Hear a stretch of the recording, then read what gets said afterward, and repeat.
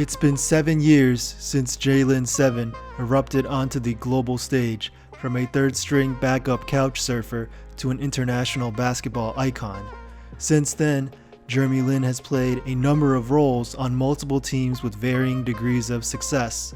But what happened to his old Linsanity teammates? I wanted to make a video covering what happened to the 12 most relevant New York Knickerbockers after Jeremy Lin's departure from his magical run in February of 2012. Number 1. Mike Bibby. In his 14th year of the NBA, Mike Bibby was out with an injury during the Nets game which started Linsanity. Bibby already had one foot out the door into retirement, as this would be his last season in the NBA. He averaged 14 minutes per game for the Knicks, scoring 2.6 points per game to go with 2 assists per game. Although he was not able to retire on a high note, NBA fans will always remember him as the steady floor general during the most successful Kings era since moving to Sacramento. Bibby returned to his high school alma mater, Shadow Mountain High School, soon after retirement from the NBA, first as an assistant coach and now as their head coach. More recently, Bibby has been accused of sexual abuse by a Shadow Mountain teacher. Bibby's legal representatives have denied any inappropriate activity by their client, but the school has temporarily suspended the former NBA star from any coaching duties. Number 2. Baron Davis. Similar to Mike Bibby, Baron Davis was out due to an elbow infection and back pain, which led to Mike D'Antoni giving Jeremy a tryout on the court. Also similar to Bibby, this would be Davis's last season in the NBA, where he ultimately averaged 6 points and 4 assists per game. Unfortunately, injuries hampered Davis's professional future, and he was not able to return to the NBA despite multiple efforts. In the summer of 2018, Baron Davis made his debut for Three's Company of the 3-on-3 Big 3 League. Number 3. Toney Douglas. Probably the most available point guard for the Knicks outside of Jeremy during Linsanity, simply due to the lack of other options. Douglas was only in his 3rd season in the NBA, but similar to Jeremy, he had spent 4 seasons playing college ball and was 23 by the time he began his journey as a professional. He was only 25 when Linsanity hit, but wasn't able to stick to any one team for more than 2 seasons afterwards. His last season in the NBA was spent on the Grizzlies bench during the 2016-17 season, and he has since played 2 consecutive seasons abroad internationally in the Turkish League. Number 4. Bill Walker. Best known for his bowing salute to Jeremy during Linsanity, Bill Walker, who later changed his name to Henry Walker, quickly found himself without an NBA home at the end of the 2011-2012 season. Walker bounced around multiple international and D-League teams for a few years and got a second chance in the NBA in 2015 when the Miami Heat signed him to a 10-day contract. He performed well during that time, earning him a second 10-day contract, followed by a signing for the rest of the season. However, that would prove to be his last NBA contract to date, as Walker has been once again bouncing around between the D-League and various international leagues around the world. Number 5. J.R. Smith. While history may always remember J.R. Smith for his blunder in the 2018 NBA Finals against the Golden State Warriors, Smith has had a relatively good NBA career compared to most players, particularly those picked 18th in the draft. After Jeremy left for Houston, J.R. went on to have one of the most productive seasons of his career in New York, averaging 18 points, 5 rebounds, and 3 assists per game on excellent shooting percentages, all while coming off the bench. He easily took home the 6th Man of the Year award in the 2012-13 NBA season. The Knicks went on to trade both him and Iman Shumpert to the Cavaliers next season. Smith went on to win an NBA title with Kyrie and LeBron and remains a Cavalier as of the 2018-2019 season, although he has been inactive for quite some time.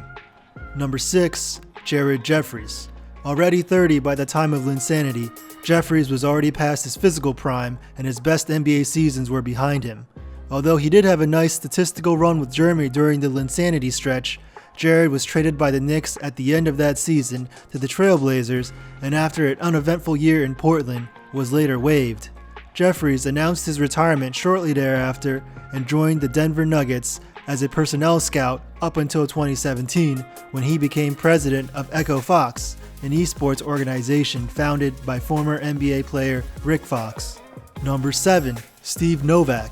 The sharpshooter from Marquette had his best statistical season in the NBA during Linsanity, finishing the year as the player with the highest three-point percentage, and he struck a deal for 4 years worth $15 million with the Knicks.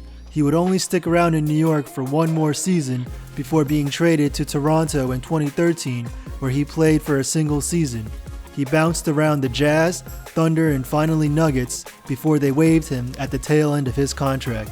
Novak was able to secure one final deal mid-season in 2016 with the Bucks, but suffered a knee injury only 3 games into his debut, and was never fully able to find a place back in the league. Steve Novak has since been hired by the Bucks broadcasting team as a pre- and post-game analyst, making occasional appearances for their G League affiliate, the Wisconsin Herd. Number 8. Landry Fields.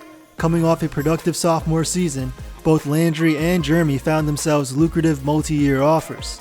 For Landry, this meant leaving New York for Toronto. After his impressive stint with the Knicks, the Raptors expected quality play from their new wingman as he continued to develop. However, Fields struggled with Toronto, partially due to his injuries, as he played just 81 games over his first 2 seasons with the franchise. After his 3-year deal with the Raptors expired, Fields was unable to secure another NBA offer and decided to become a scout for the San Antonio Spurs. Number 9. Iman Shumpert. Perhaps the most explosive guard on the Knicks roster during Linsanity, Shumpert and fellow high-flyer J.R. Smith were both traded to the Cleveland Cavaliers. Like Smith, Shumpert also stuck around long enough on the Cavs to win an NBA championship in June of 2016, although he was not nearly as integral to the rotation as JR. Mid-season 2018, Shumpert was traded to the Kings, and 1 year later, the Houston Rockets acquired him for defensive purposes in pursuit of a 2019 NBA title. Number 10. Amar'e Stoudemire. The rise of Linsanity coincided with the fall of Stat. Just 2 years into his 5-year max contract with the Knicks, Amar'e Stoudemire struggled to find his offensive efficiency and general explosiveness in New York. Although he was still a high-level player and a leader for the Knicks, his most memorable moment during the Linsanity season perhaps would be the self-inflicted cut to his left hand after punching a fire extinguisher box in the visitors' locker room during a playoff loss to the Miami Heat. Since then, injuries have played a significant role in Stoudemire's career, as he has been unable to stay healthy as a Knick. In his final season of his max contract with New York, Amar'e was bought out and subsequently signed with the Dallas Mavericks for the remainder of the season. In the next year of 2015 to 2016, Stoudemire signed a 1-year deal with the Miami Heat, but was unable to stick around for another full season. In July of 2016, Amar'e signed a contract with the Knicks while simultaneously announcing his retirement from basketball, effectively choosing to end his career in New York on his own terms.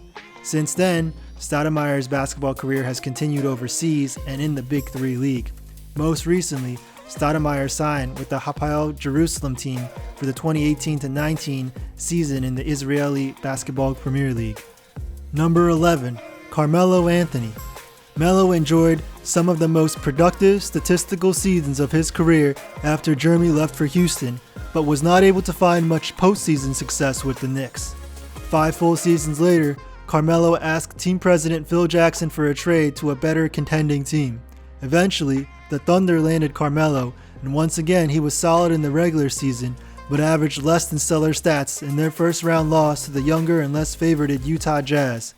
In the 2018 offseason, Carmelo was traded to the Hawks about a week after Jeremy was traded to Atlanta by Brooklyn, thus temporarily reuniting the two on the same team. Interestingly enough, Melo is the only Linsanity teammate that has been on the same team as Jeremy after his departure from New York. Unfortunately, their reunion was short-lived as the Hawks bought out and waived Carmelo, which again would be another parallel to Jeremy's upcoming season, albeit further down the road. The Houston Rockets picked up Carmelo afterwards, but the two parties could never find an on-court chemistry they were looking for. On January 22, 2019, the Rockets traded Anthony to the Chicago Bulls, which allowed the Rockets to alleviate luxury tax penalties. On February 1st, he was waived by the Bulls and has not since found a new home, despite multiple reports connecting Anthony with the LA Lakers. Number 12, Tyson Chandler. Chandler was already an NBA champion with the Dallas Mavericks by the time he joined New York, and his leadership experience was apparent throughout his tenure as he started every game he played. After Linsanity, Chandler played 2 more seasons, peaking in 2013 as he earned an All-Star selection for the first time in his career at age 30. Chandler was later traded by New York to Dallas for the last year of his contract, where he continued to perform well as a starter in the regular season and first-round playoff loss to the Houston Rockets. Tyson signed a 4-year deal with the Phoenix Suns shortly thereafter, serving an integral part of their rebuild process. With the new arrival of Suns lotto pick DeAndre Ayton, Chandler and the Suns worked a buyout agreement early in the 2018-2019 season, which resulted in the LA Lakers signing the 17-year veteran this past fall. In summary, most of Jeremy Lin's Linsanity teammates have since retired or dropped out of playing in the NBA, but have continued to stay involved in team supporting roles, as is the case for most retired players. Of the 12 most relevant Linsanity teammates, only Tyson Chandler and Iman Shumpert are holding down significant roles for their respective teams. As always, I'm going to shout out all my supporters on Patreon, and I recommend you check out my channel even if you're not looking to donate because I post most of my stuff publicly.